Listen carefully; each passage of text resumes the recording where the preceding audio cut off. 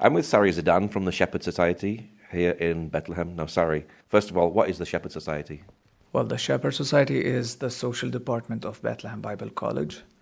We help people usually in Bethlehem district with several things like food and medications.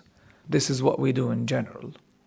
But sometimes we look for refugees in Jordan, for example, the Syrian and Iraqi refugees. We look for Gaza sometimes when they are in need for something. And we look for the word too. Now, you just launched a special initiative for Lebanon. Tell us a little bit about that. Well, yes, we were thinking of, it's a tragedy in Lebanon now, and the people are really in need for help.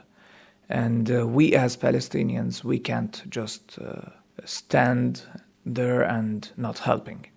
So we decided to start a campaign or to run a campaign to help these cases or these families in Lebanon, especially in Beirut. There must be a lot of devastation in Beirut at the moment.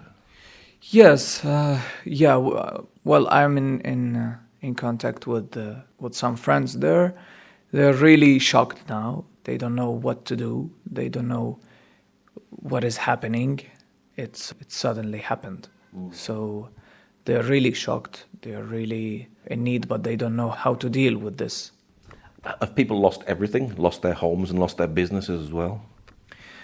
Yeah, a lot of people lost their businesses, lost their houses, let's say, and a lot they lost their relatives too. Like a lot of people died because of this. The situation actually wasn't very good before this explosion as well, was it? Yeah, in general, it wasn't good, but it was normal, let's say. But after the explosion, it's getting worse. Now, Palestinians have their own struggles and difficulties, so why did you want to help the people of Beirut? Well, as I mentioned at the beginning, as Palestinians, we stand with our, let's say, Arabs in general, and Lebanon especially, because they received us one day. So as they received refugees, we should stand with them. What were your feelings when you saw what happened on the television? It's sad. Like, I had a flashback on what happened in Palestine before explosions and these things. And at the same time, I feel sad because many people died. And what I know that many believers died too. And so that's really sad. Are there many Christians in Lebanon? Well, yes, and especially this area of Beirut. A lot of Christians are living there and running their own businesses there, Are you actually wanting to go to Beirut to visit the people, or are you able to go? Well, I wish I can, but it's not easy to go there. But we have contact there. We have friends, or we have partners, let's say, that we can send money to them to help the people there. And what sort of stories have you been hearing from those partners? Well, one of the partners of Bethlehem Bible College is a college there in Beirut. It's called Nest, and they directly affected by the explosion. A big part of the college destroyed, and some people from the college injured, from the colleagues, they're injured. So, that's one of the stories, but we have millions of stories. I'm contacting a friend there, and she lost her friend, and all of her family injured. So she's the only one helping her family, and she's the only one helping her area because she's the only one survived from this explosion. So it's one of the stories. So if you don't help, will there be a humanitarian disaster? Well, we will not help a lot, but as we usually say, if you give a little and a little from another will help a lot. So we hope that our help will be a blessing for these people. And I am very sure that a lot of people from all over the world are helping Beirut too.